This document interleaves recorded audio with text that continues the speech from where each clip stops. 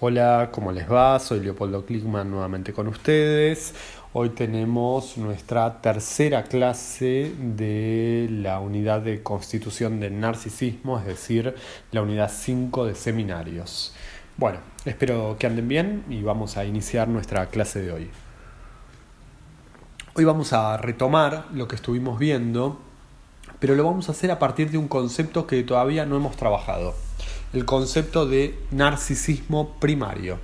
Y después vamos a abordar los desarrollos freudianos que están en este texto acerca de la vida amorosa, ¿sí? Lo que aparece en el segundo capítulo de Introducción del Narcisismo. En cuanto a la clase de la semana que viene, vamos a trabajar las instancias del ideal del yo y el yo ideal que Freud introduce en el capítulo 3, y también la noción de identificación de psicología de las masas y una precisión que vamos a ubicar a partir del yo y el ello. Y de esta manera entonces vamos a finalizar la vez que viene con la unidad 5 de seminarios. La bibliografía entonces, por lo menos para el inicio de nuestra clase de hoy, es nuevamente Introducción del Narcisismo. Bueno, ¿alguna vez les pasó de encontrarse con alguien, una madre o un padre, que les muestre fotos de su hijo, un chico que ustedes no conocen, que nunca vieron, y que al mostrarles la foto y hacerles algún comentario sobre este niño, el padre ve cosas en ese hijo que ustedes no logran ver en absoluto? Es decir, este padre o esta madre lo ve a su hijo como un gran héroe, una genia incipiente o tal vez la heredera de Freud, o el futuro Messi, o quien que ustedes quieran. Incluso si se dejan llevar por el relato de este padre o esta madre acerca de su hijo y le creen lo que dice, podrían terminar pensando que este niño logró realizar cuestiones que en ciertos momentos de la vida uno nunca podría llegar a hacer. Bien, Freud nos dice al final del capítulo 2 de Introducción del Narcisismo, en la página 87, que hay una sobreestimación del niño por parte de los padres. ¿Por qué dice Freud? ¿A qué se refiere esto? ¿A qué se refiere con esta sobreestimación del niño? Freud va a proponer que esa sobreestimación es la marca del renacimiento y la reproducción del narcisismo perdido de los padres en la sobreestimación por parte del padre hacia el niño. Hay un renacimiento del narcisismo perdido de la infancia, un narcisismo ya abandonado, dice Freud. La clase de hoy nos va a conducir hasta este punto, donde Freud afirma en la página 88 lo siguiente, dice así, lo voy a citar. El conmovedor amor parental, tan infantil en el fondo, no es otra cosa que el narcisismo redivivo de los padres que en su transmutación al amor de objeto, es decir, en este caso al niño, revela inequívoca su pristina naturaleza. Entonces, al finalizar la clase de hoy, espero que se pueda entender a qué se refiere Freud en esta cita. Y vamos a ver que hay distintos conceptos en juego que Freud extrae de la experiencia analítica. ¿Se acuerdan cómo veníamos trabajando Introducción al Narcisismo? ¿Se acuerdan cómo llegamos hasta este punto? Ahora vamos a retomar el abordaje metapsicológico del narcisismo que Freud desde un inicio ya está proponiendo. Porque cuando comenzamos la cursada fuimos situando de distintas maneras la pregunta freudiana por la constitución de los síntomas. ¿Cómo se constituye y cómo se resuelve un síntoma? Entonces, ¿se acuerdan que en primer lugar, en un principio, sobre el principio del año, habíamos definido al yo como una masa homogénea de representaciones, donde surgía una representación inconciliable que conducía a un conflicto psíquico, luego desoperaba la represión y producía un síntoma. Este síntoma era testimonio de justamente este conflicto psíquico. Entonces Freud fundamentaba la posibilidad de interpretar un síntoma sobre la base de un conflicto, definido en aquella primera instancia entre, por un lado, el yo, que era una masa homogénea de representaciones, y una representación inconciliable. Este era un primer momento. Después, en un segundo momento, que nosotros ya estuvimos trabajando en las clases anteriores, recuerdan que Freud modifica los términos del conflicto a partir del primer dualismo pulsional. ¿Se acuerdan? Entre pulsiones de autoconservación y pulsiones sexuales. Y recuerdan que nosotros hicimos cierta cronología de las vicisitudes que va teniendo este primer dualismo pulsional, y entonces ubicamos que a la altura de 1905, en 3 ensayos, Freud trabajaba las pulsiones sexuales que se nacían apuntalándose en las pulsiones de autoconservación. Esos eran los términos del primer dualismo, que 5 años después, en Perturbación psicógena de la visión, Freud modificaba levemente este dualismo y lo sustituía las pulsiones de autoconservación por las pulsiones yoicas. Y finalmente, cuando llegamos la vez anterior y la anterior también, las últimas 2 semanas, a Introducción del narcisismo, vimos que Freud, al introducir el concepto de narcisismo en la teoría, produce una nueva modificación y que se introducen ciertas complicaciones en el dualismo con el cual se venía manejando. Bueno, ahora vamos a volver al concepto, al texto, de Introducción del narcisismo, pero para introducir un concepto que hasta acá no trabajamos, que es el narcisismo primario. Entonces, ¿cómo presenta Freud inicialmente el concepto de narcisismo? ¿Sí? El narcisismo primario y secundario. ¿Sí? Ahora no me voy a referir en este momento al primario. En primer lugar, ¿se acuerdan que lo planteaba el narcisismo como un estado patológico cuando Freud retomaba las ideas de Havelock Ellis y Nack? Es decir, el narcisismo como una perversión sexual que absorbe la vida sexual de la persona. ¿Se acuerdan que lo trabajamos en nuestra primera clase de narcisismo? Después habíamos ubicado una segunda presentación del narcisismo, que era un estado propio del desarrollo sexual regular, un estadio normal. Es decir, que Freud comenzaba a armar la serie autoerotismo, narcisismo, elección de objeto. Y en ese punto el narcisismo era una colocación de la libido en el yo, una colocación regular, normal, esperable dentro del desarrollo sexual regular de las personas. Y finalmente hay un tercer planteo que le va a agregar un problema que encuentra en la clínica, donde Freud dice que en las neurosis se encuentra con una conducta narcisista que se le aparece en los tratamientos. ¿De qué manera? Como un obstáculo en la cura. Es decir, el narcisismo en este sentido no es una perversión, sino el complemento libidinoso del egoísmo inherente a la pulsión de autoconservación. ¿Se acuerdan que tomamos también esta cita en nuestra clase pasada? Es decir, que Freud situaba en lo que estuvimos viendo al narcisismo en la línea de la libido y las pulsiones de autoconservación en la línea del egoísmo o interés psíquico. Por lo tanto, en esta tercera presentación del narcisismo aparece en la neurosis como una resistencia, un obstáculo. Bueno, inmediatamente después de presentar el narcisismo por estas 3 vías, Freud, ¿qué hace? Introduce el concepto de narcisismo primario, que es nuestro primer gran tema de nuestra clase de hoy, ¿sí? Así que hasta acá ubicamos lo que veníamos trabajando y ahora avanzamos sobre el narcisismo primario. ¿Y qué es el narcisismo primario? Bueno, como todo lo que tiene estatuto de primario en la obra freudiana, no es un observable clínico. El narcisismo primario es un supuesto. Entonces, Freud arma una hipótesis respecto de ese narcisismo que va a llamar primario y dice que se trata de una carga libidinal primitiva en el yo. Es decir, Freud dice que el yo se constituye con un reservorio libidinal primitivo, originario. El narcisismo primario es una carga primitiva de libido. Entonces, ¿cómo hace Freud para dar cuenta de este narcisismo primario? Entiendan que para Freud siempre la fuente principal de donde extrae los conceptos es la clínica, siempre es así. ¿Qué le dicen los neuróticos en los análisis? Y bueno, le dicen que le va mal en el trabajo, que tiene problemas con su pareja, que está preocupado por los hijos, que no puede terminar la carrera, que no le gusta tener una primera cita por Zoom y así.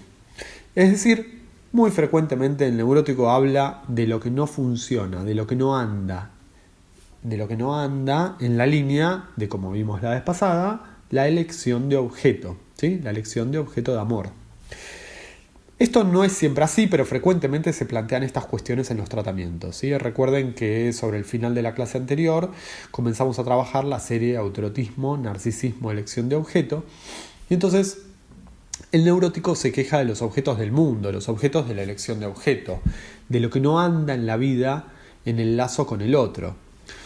No se quiere sacar de encima el narcisismo. A lo sumo, el narcisismo le trae problemas con lo que ya vamos a trabajar, que es el ideal del yo. Por ahora, eso queda para la clase que viene. Pero, entonces, como dijimos, el narcisismo primario no es un observable clínico. Dijimos que es un supuesto. Entonces, ¿en qué se va a apoyar Freud para delimitar el narcisismo primario?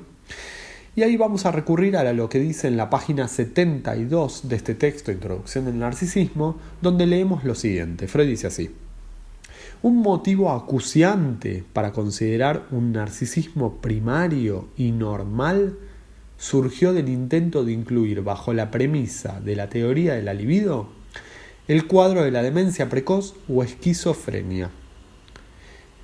Fin de la cita. Que es como lo conocemos hoy, ¿sí? La esquizofrenia. Es decir, está diciendo que una forma de la psicosis justifica su planteo. ¿Qué planteo? El de introducir un narcisismo primario. Recuerden que la vez pasada estuvimos trabajando la constitución del yo, que a eso lo llamamos narcisismo secundario. Bien, hoy no estamos en ese punto, hoy estamos trabajando el narcisismo primario, ¿sí? Aquello que va a ser condición de posibilidad de un narcisismo secundario, al que vamos a llamar yo. Entonces, una aclaración respecto de esta cita que acabo de traerles. Es solamente en una primera instancia que Freud se va a apoyar en la psicosis para formular el narcisismo primario, ¿sí? No es que el narcisismo primario pertenece a la clínica de la psicosis, sino el campo de la psicosis le va a servir a Freud para fundamentar la noción de un narcisismo primario, que va a ser fundamental para considerar en principio la colocación de la libido en las neurosis de transferencia, es decir, justamente no en la psicosis. Por eso, de esta manera, en la página 73, Freud dice: entiéndase bien, no pretendo aclarar el problema de la esquizofrenia ni profundizar en él, sino justificar una introducción del narcisismo como concepto de la teoría de la libido. ¿Se entiende? Subrayo esto que está diciendo Freud. Por eso van a ver que en el programa y en la guía de lectura no ponemos el acento en la psicosis. Solo lo vamos a tomar brevemente para poder explicar cómo hace Freud para introducir el concepto de narcisismo primario. Entonces, al retomar el concepto de esquizofrenia, una forma de la psicosis que Freud prefiere renombrar, rebautizar como parafrenia, al retomar esta noción, Freud dialoga con la psiquiatría. Ven que Freud va teniendo distintos interlocutores con los que va charlando. Primero estaban Havelock Ellis y Knack, que planteaban al narcisismo como una perversión. Después retomó una discusión con Jung, que trabajamos en nuestra primera clase de esta unidad, un interlocutor central para Freud. Y ahora aparecen otros interlocutores, que son Kraepelin, Bleuler, que delimitan esta forma tan frecuente de la psicosis que es la esquizofrenia, ¿sí? Es decir, Freud dialoga con sus contemporáneos, los nombro porque se los van a encontrar en el texto, los nombro para que puedan entender los desarrollos de Freud. Entonces, ¿qué toma Freud de la esquizofrenia? Nosotros ya estuvimos trabajando esta cuestión en nuestra segunda clase de esta unidad. Dice que en la psicosis habitualmente se presenta un delirio de grandeza que va acompañado de un extrañamiento del mundo exterior. Un extrañamiento en cuanto a las personas y las cosas, tal como lo estuvimos trabajando la vez pasada. El retiro de la libido de los objetos del mundo produce un extrañamiento del mundo, un mundo que se pierde, y la colocación de la libido en el yo produce un engrandecimiento del yo, eso que la vez pasada llamábamos megalomanía. Eso por un lado, eso en el campo de la psicosis, que ya dije no nos interesa demasiado. ¿Y qué ocurre en las neurosis de transferencia? Es decir, en la histeria de defensa, la histeria de angustia y la neurosis obsesiva. Freud lo que dice es que cuando se produce una frustración respecto de la elección de objeto, un desengaño de la vida con algún objeto de amor, por ejemplo un amor no correspondido, que se pregunta qué pasa con la libido que estaba puesta en ese objeto. esa libido a la que se le deniega la satisfacción. Y lo que pasa es que a la libido, esta libido a la que le denegó la satisfacción, la libido se retira del objeto. Pero en este caso no va a parar al yo, sino que la libido se refugia en la fantasía. Hay una introversión de la libido. Por eso Freud dice que no se canceló el vínculo erótico con personas y cosas, porque ese vínculo se conserva en la fantasía, tal como lo estuvimos trabajando la vez pasada.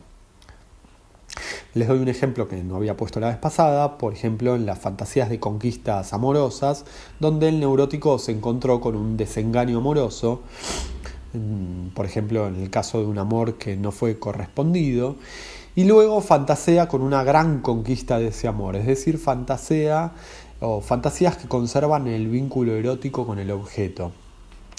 Y de esto quiero subrayar una cuestión. Anoten esto porque es un contrapunto que Freud explicita y clarifica mucho de lo que está diciendo.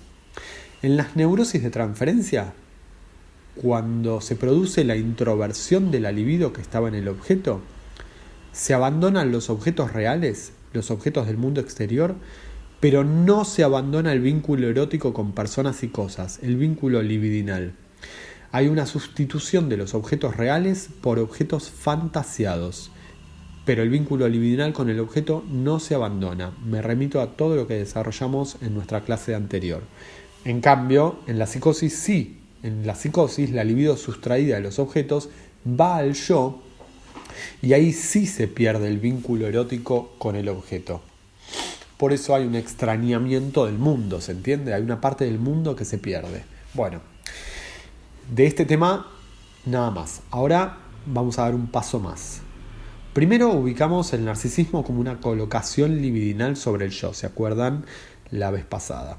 Colocación que nos planteaba una tópica, un lugar donde se coloca la libido.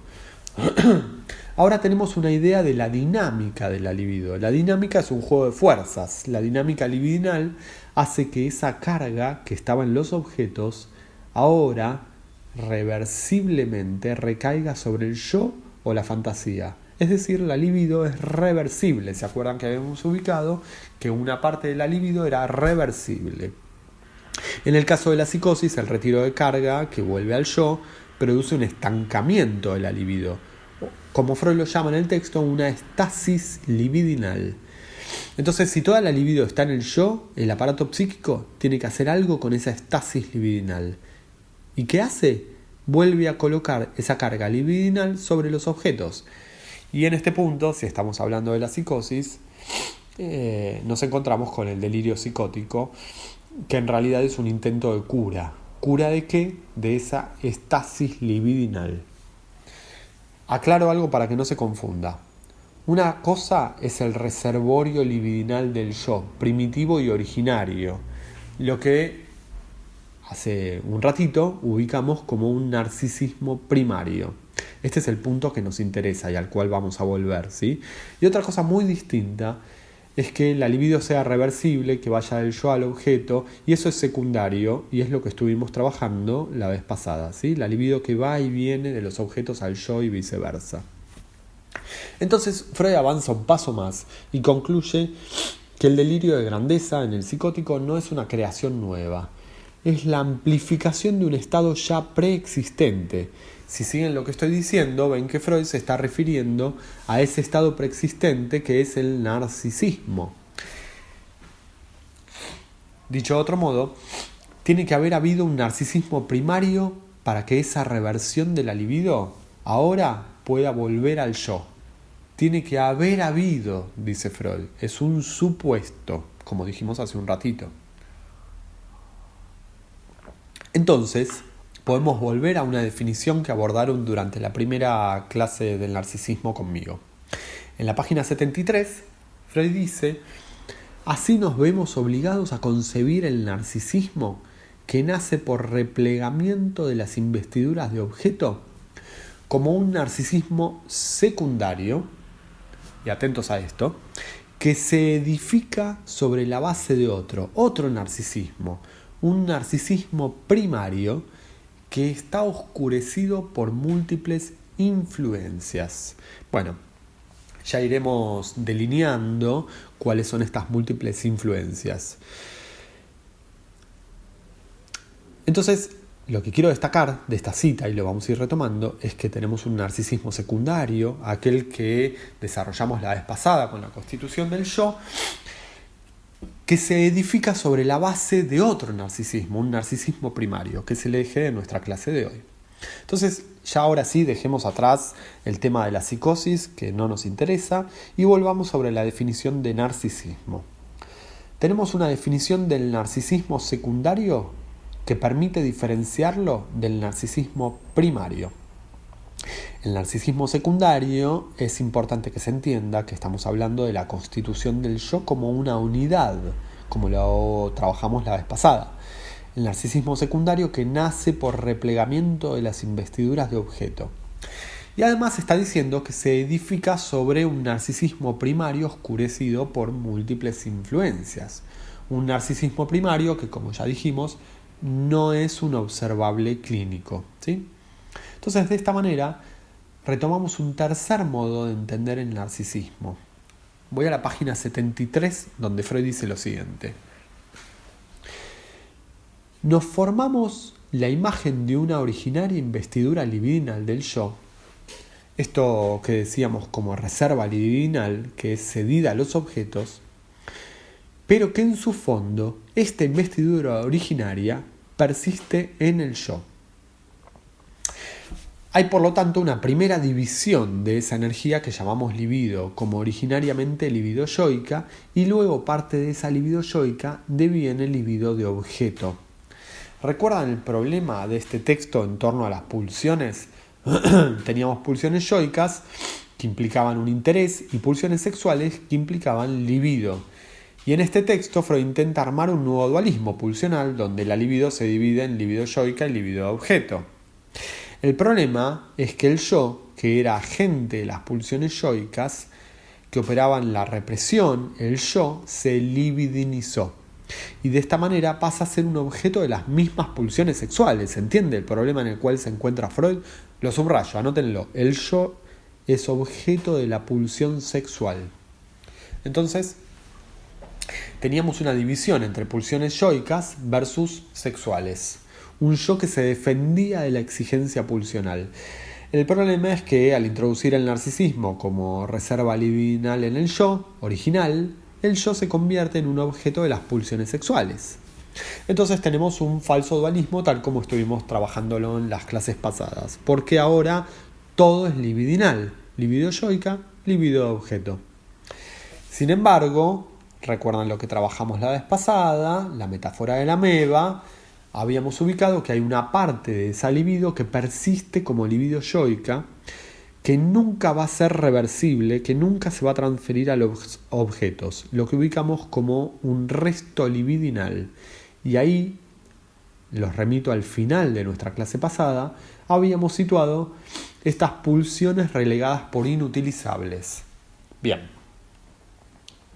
avancemos un poquito más.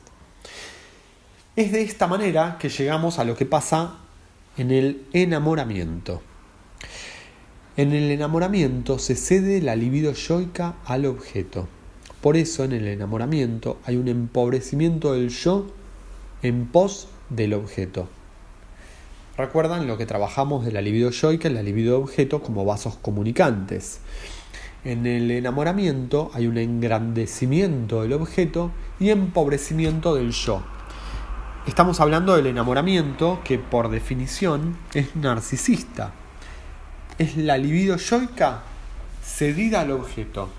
El enamoramiento que no es lo mismo que, podríamos decirlo así, amar al otro por la diferencia, si me permiten decirlo de esta manera. Amar al otro por la diferencia es otra cosa, ahí podrán trabajarlo en otro momento y en otro lugar. Pero acá Freud está ubicando las coordenadas del enamoramiento que siempre es narcisista. En el enamoramiento hay un engrandecimiento del otro, el otro en tanto objeto, una fascinación, porque la libido yoica recae sobre el objeto. Es importante esta precisión, en el enamoramiento se cede la libido yoica, que pasa al objeto. Bien, de esta manera situamos cierta relación entre el narcisismo y la elección de objeto.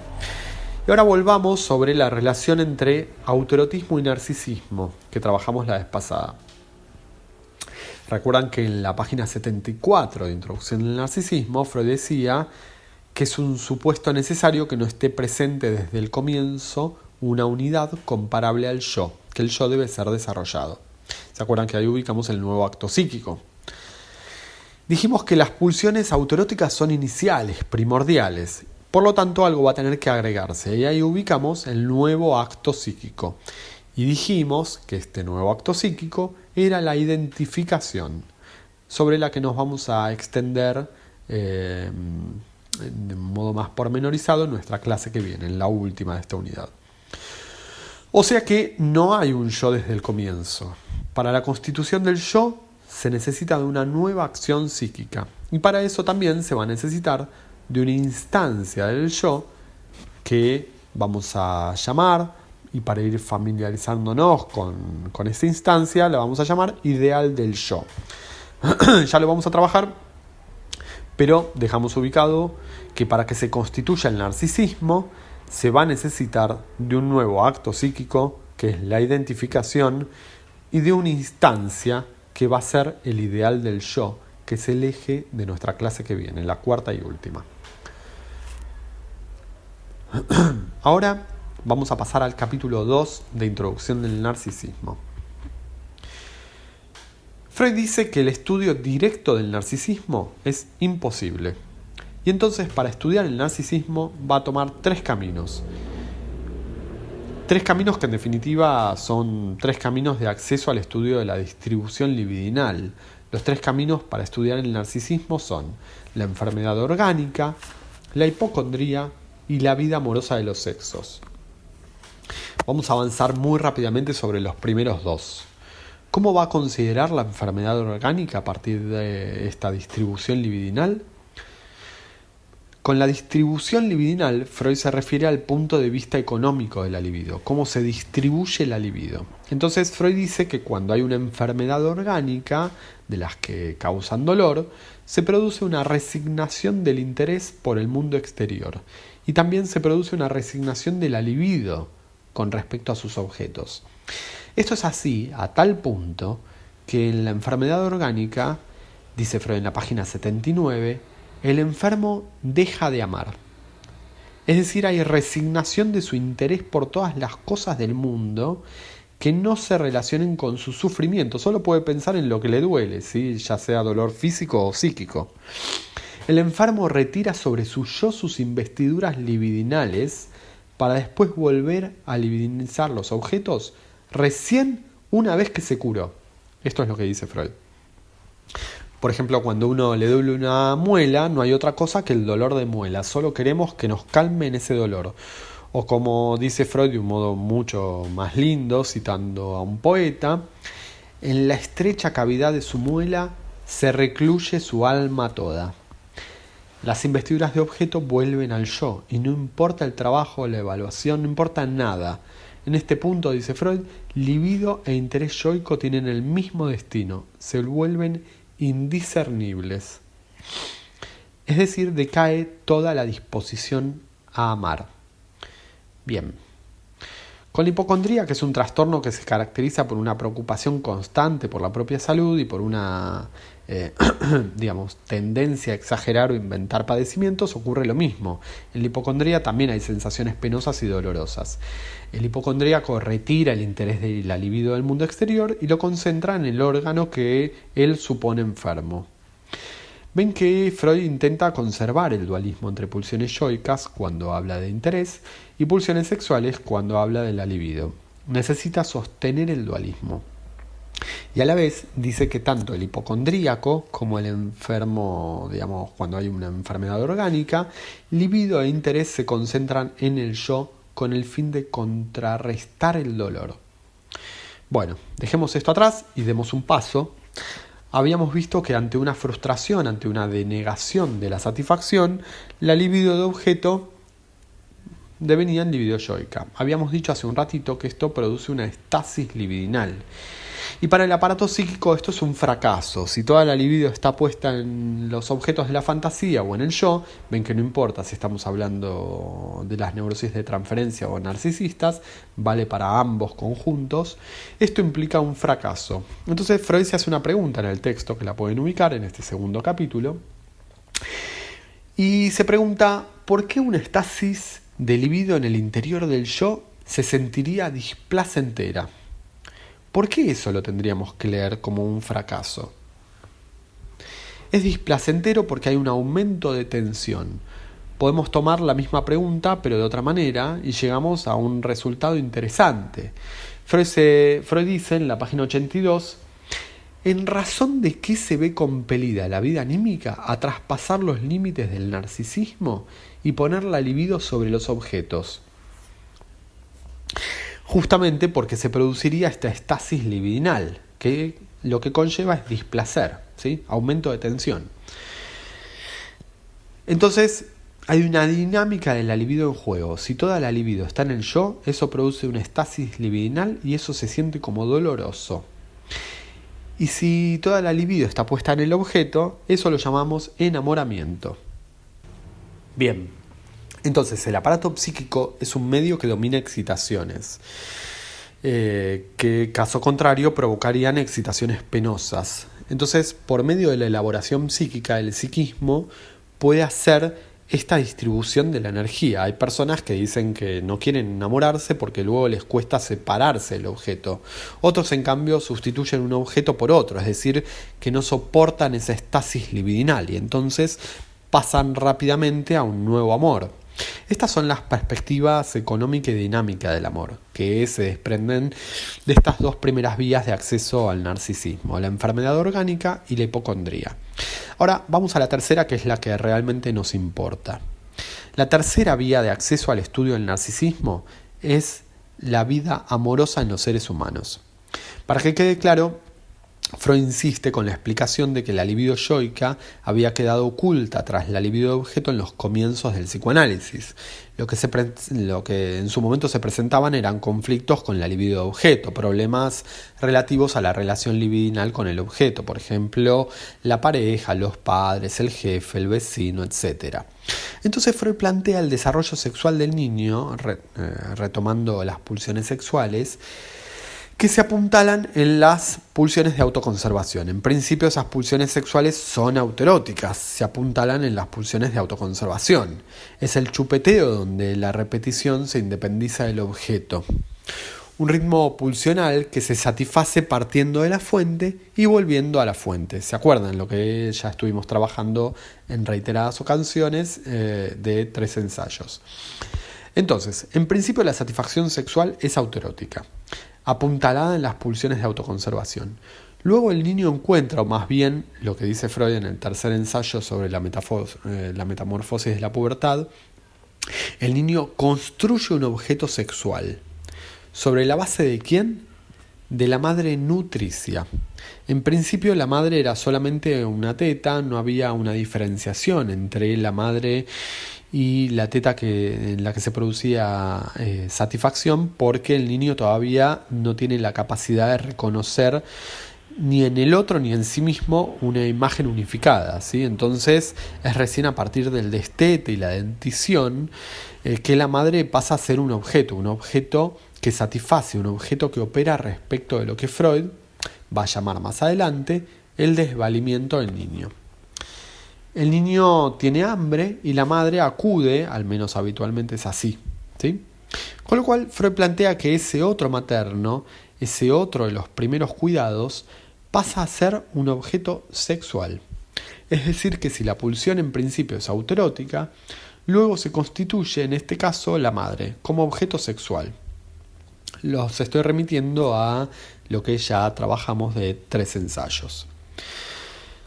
Entonces, en la página 84 vamos a encontrar, la página 84 de Introducción al Narcisismo, que Freud dice que el apuntalamiento sigue mostrándose en el hecho de que las personas encargadas de la nutrición, el cuidado y la protección del niño devienen los primeros objetos sexuales. Fin de la cita. ¿Se acuerdan que anticipamos algo de esto?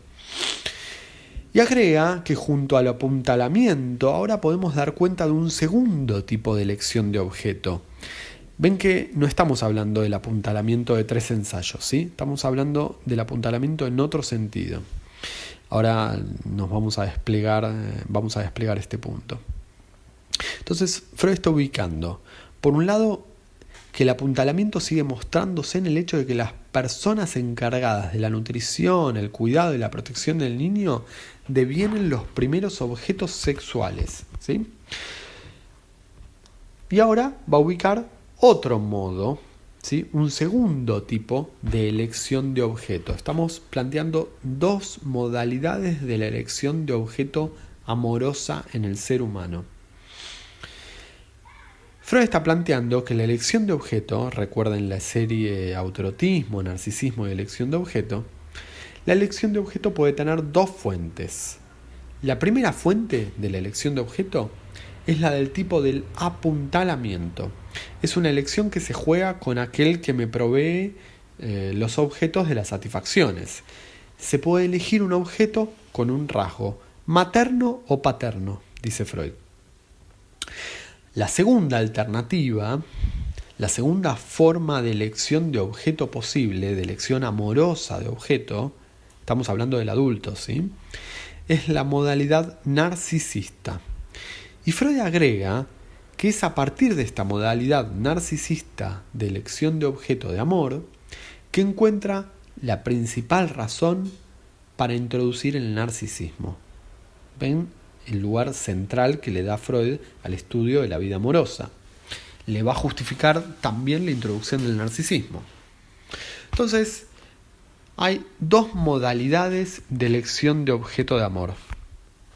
Es el eje de todo este segundo capítulo de introducción del narcisismo, ¿sí? Cuando lo vayan a leer, van a ver que este es el tema de este segundo capítulo. Y entonces, estas 2 modalidades de elección de objeto de amor son, por un lado, la vía del apuntalamiento en una de estas figuras edípicas, o bien la vía narcisista. Estos son los 2 tipos de elección de objeto que van a ser los 2 modos de amar, ¿sí? De elegir objetos de amor. Es decir que, lo repito de vuelta, se elige un objeto de amor siguiendo los modelos de objetos sexuales que son el sí mismo, esta es la narcisista, o bien la madre o el padre, en sus funciones un poco esquemáticas y generales de nutrición o protección, ¿sí? También contextúen en la época de Freud.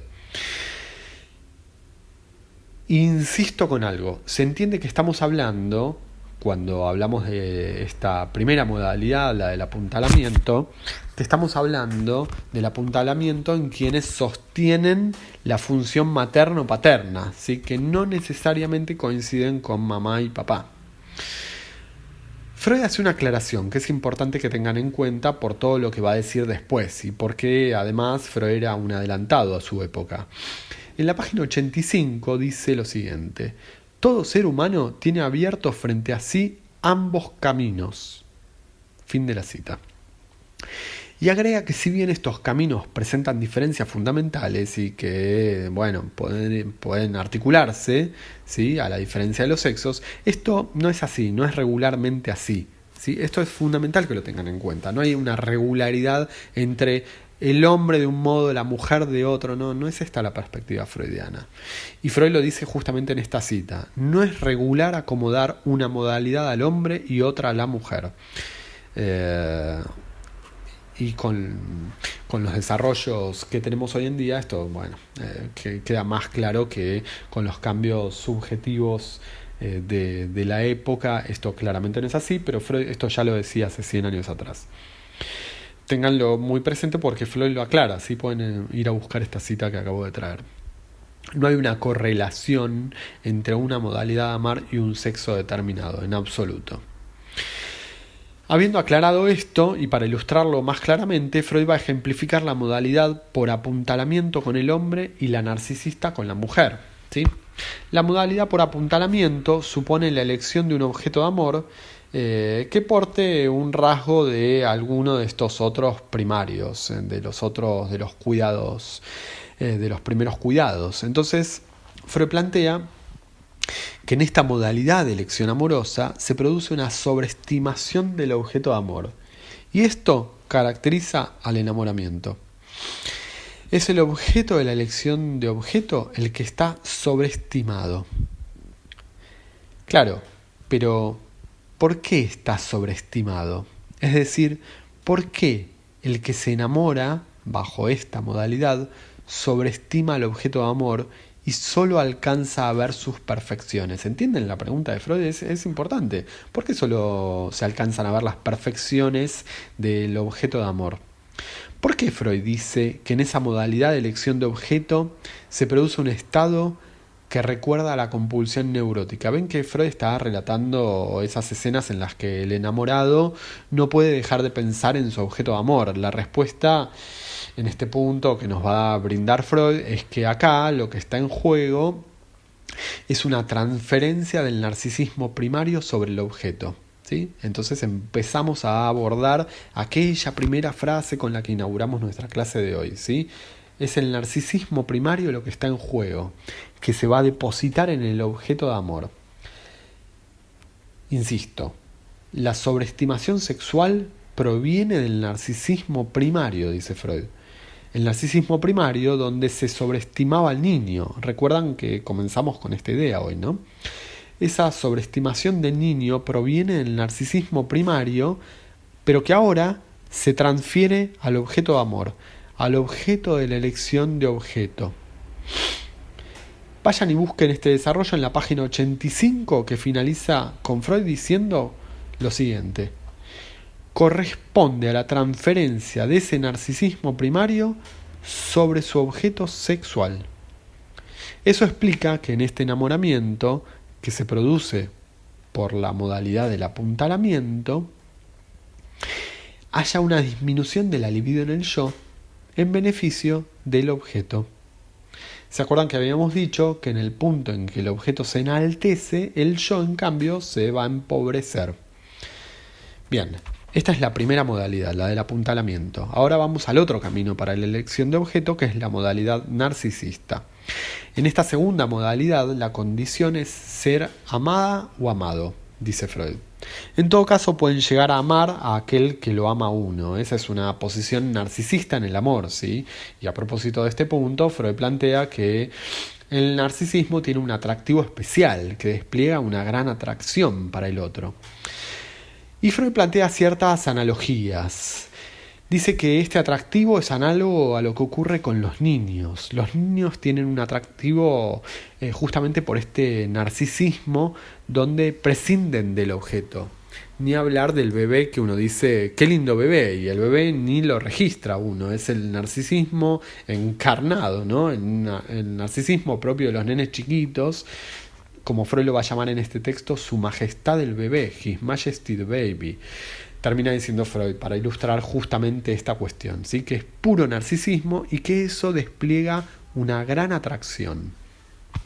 Entonces, Freud arma una suerte de comunidad que hay que entender que es puramente descriptiva y simplemente lo dice a fines didácticos. Esto no tiene valor conceptual, pero bueno, arma una comunidad entre los niños, los felinos y los humoristas. Ciertos criminales también agrega a esta serie, que es como una bolsa muy heterogénea de cuestiones en donde Freud encuentra que todos ellos despiertan la fascinación de algunas personas. Bien, esto evidentemente produce una gran fascinación en mucha gente y podríamos seguir armando una lista, ¿sí? Porque esta lista no es conceptual, sino que es descriptiva, donde lo que incluimos es lo que Freud sitúa una posición narcisista, ¿sí? Que pareciera que requiere del objeto, pero para ser amado, ¿sí? Entonces Freud dice que el poder de atracción parte de su narcisismo. Por eso alejan de sí todo lo que puede empequeñecer su yo. Es decir, que van a lograr ese atractivo sostenido en un narcisismo que hipnotiza, dice Freud. Incluso, dice Freud, para algunos se produce una especie de desvío de la modalidad narcisista y toman un camino que lleva al pleno amor de objeto.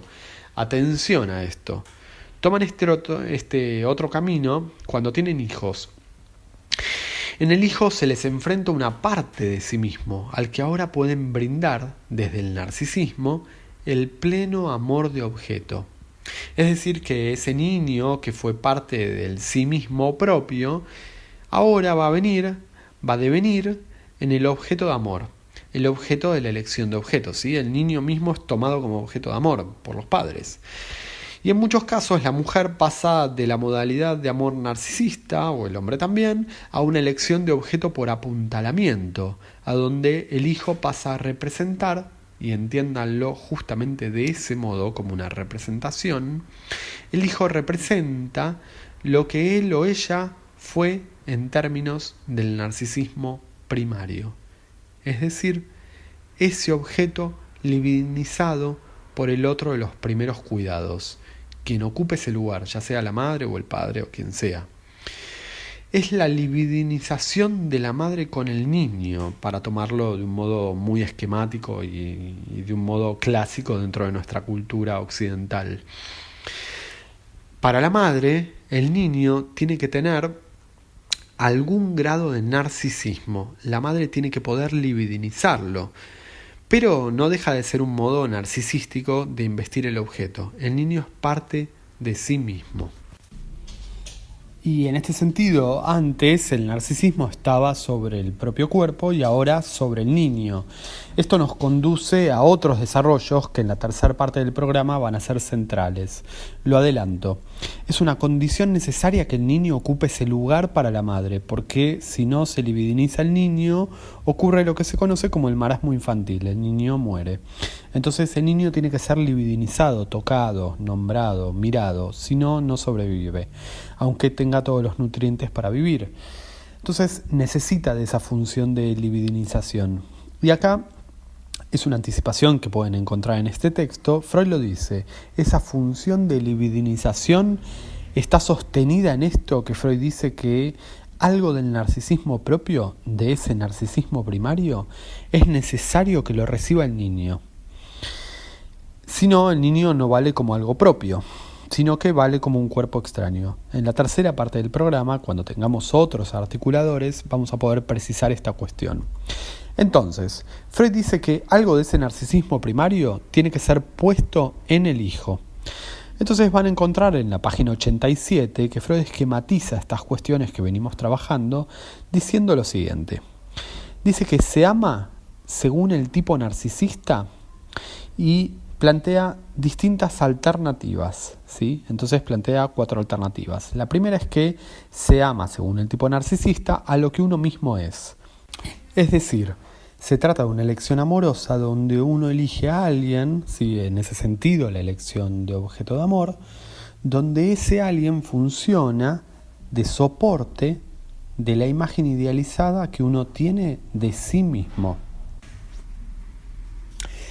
Anoten acá, porque lo vamos a retomar la vez que viene, acá vamos a ubicar el yo ideal. Yo ideal, anótenlo. Les adelanto una cuestión para que puedan leer el tercer capítulo antes de nuestra próxima clase, la cuarta y última de Introducción del Narcisismo, ¿sí? El yo ideal es lo que uno cree ser.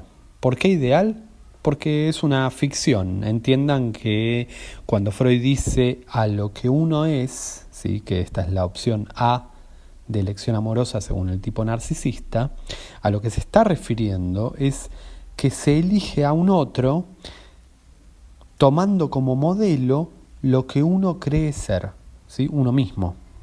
Se elige un objeto de amor que tenga este rasgo, que porte este rasgo de lo que uno mismo es, en el sentido de lo que uno cree que es, ¿se entiende? Bien, esta es la primera forma del tipo narcisista de elección de objeto. Vamos a la segunda. La segunda forma del tipo narcisista es a lo que uno mismo fue, ya no a lo que uno mismo es, sino a lo que uno mismo fue. Y acá ubicamos el narcisismo primario que estuvimos desarrollando y enseguida vamos a retomar.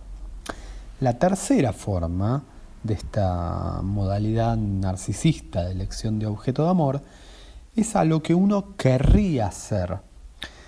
También respecto de este punto, anoten que lo vamos a retomar la vez que viene, pero en este caso ya no con la noción de yo ideal, sino con la noción de ideal del yo.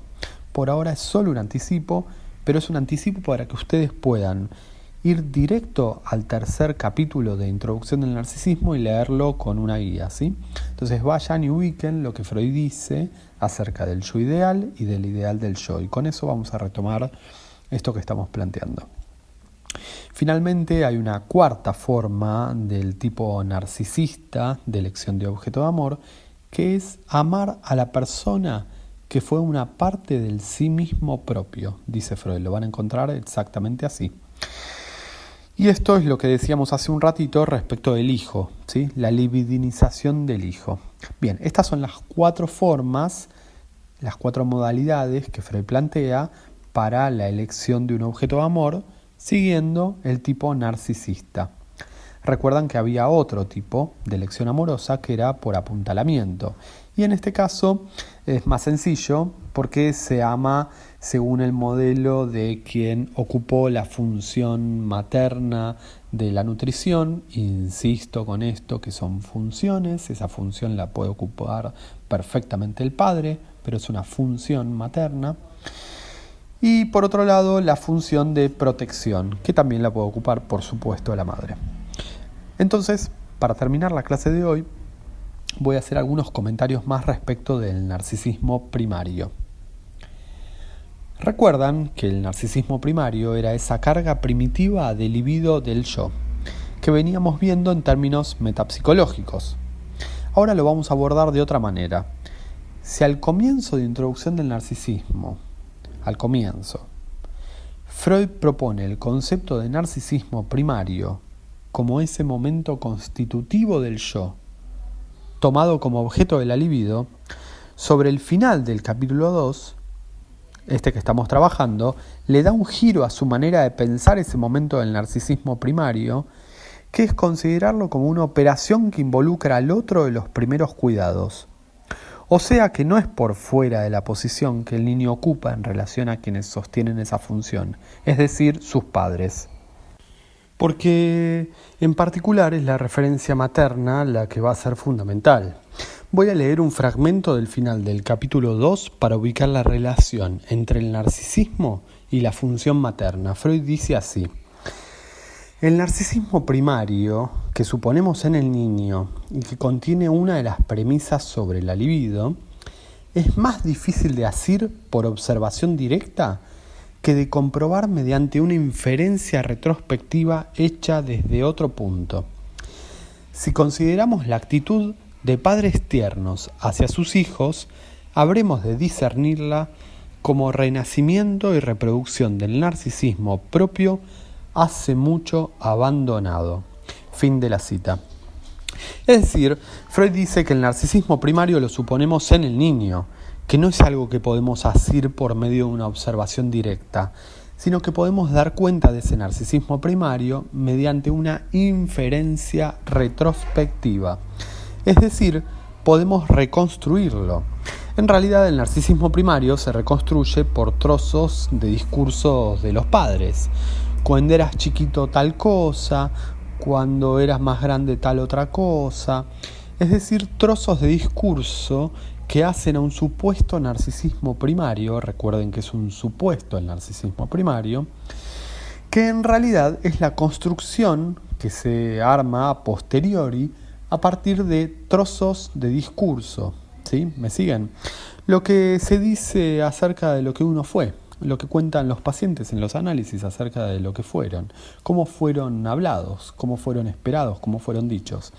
Entonces, en ese sentido, Freud lo ilustra ubicando la actitud de los padres tiernos hacia el niño. ¡Ay, qué divino! Me lo comería.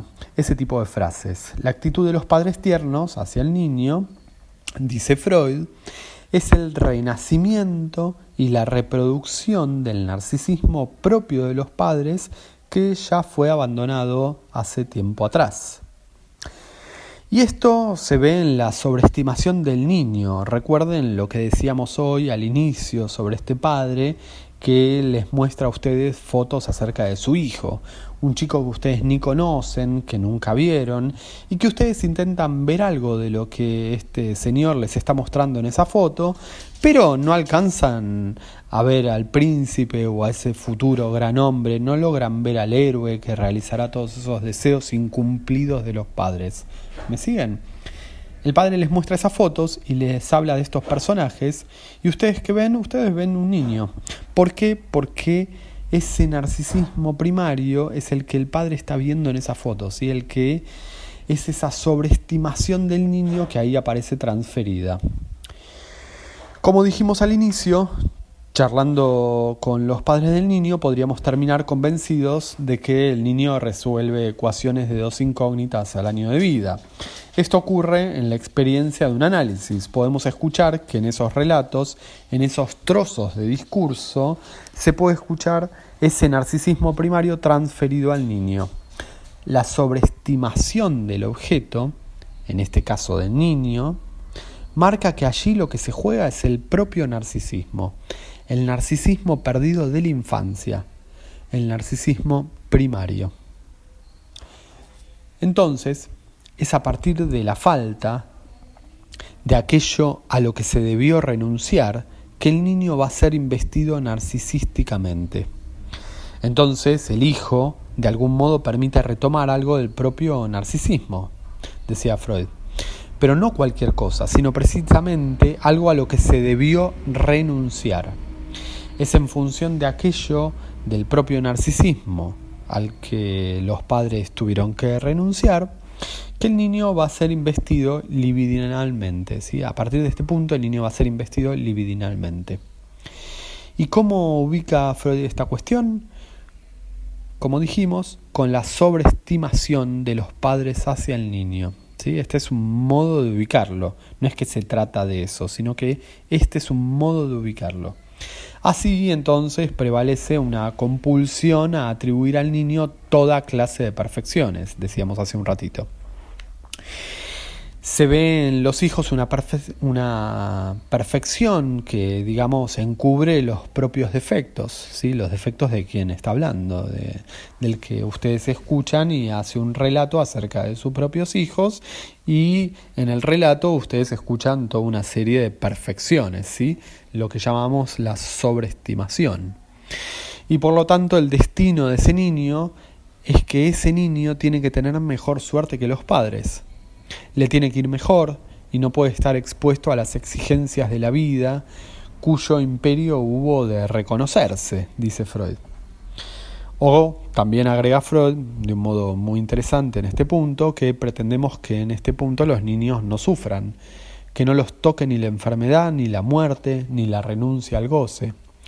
El niño pasa a ser, dice Freud, el centro de la creación, es decir, pasa a ser su majestad el bebé, como una vez nos creímos, agrega Freud.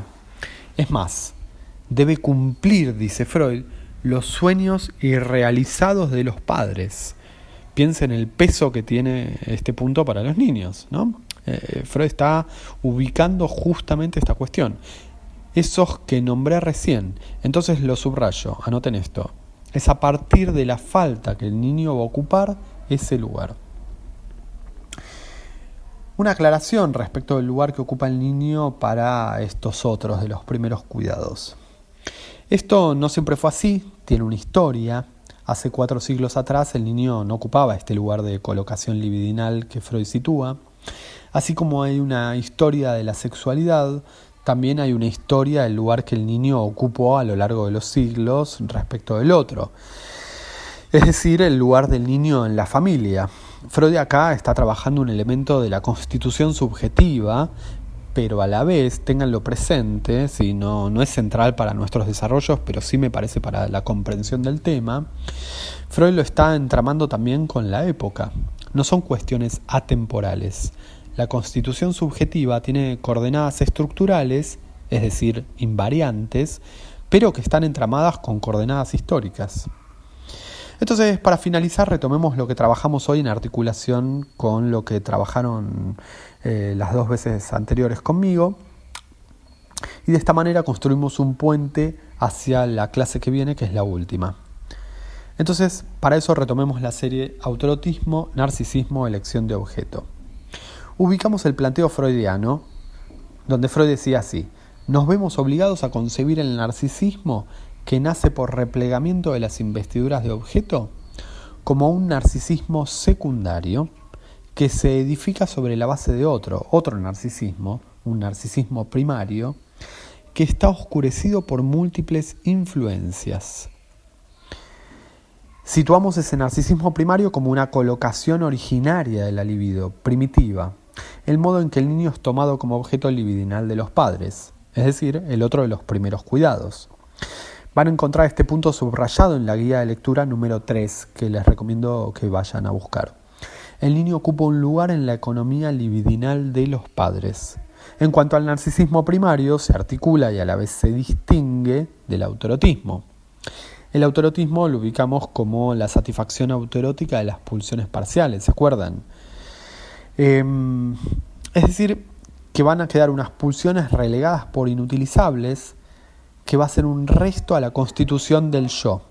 El narcisismo primario, en cambio, si bien podemos ubicarlo en un mismo tiempo lógico, lo particularizamos cuando ubicamos al niño tomado como objeto de la libido de los padres. El niño tiene un valor libidinal para esos otros de los primeros cuidados, y de allí que Freud sitúe el narcisismo primario como una colocación originaria, primitiva de la libido. Entonces, el niño es tomado como objeto de la libido, y esta colocación de la libido originaria no es un observable clínico, es un supuesto que se deduce del movimiento posterior. Si el movimiento posterior se realiza, entonces habrá habido narcisismo primario. ¿Cuál es el movimiento posterior? La constitución del narcisismo secundario, es decir, del yo como una unidad ilusoria, pero una unidad al fin. Recuerden que Freud decía que es un supuesto necesario que no esté presente desde el comienzo una unidad comparable al yo. Bien, vamos a retomar entonces la vez que viene con el tercer capítulo de Introducción del Narcisismo y las páginas que tienen del programa de Psicología de las Masas y el Yo y el Ello. En cuanto a la conferencia 26, utilícenla como apoyatura para el repaso de esta unidad. Bueno, espero que tengan una buena semana y nos reencontramos la semana que viene.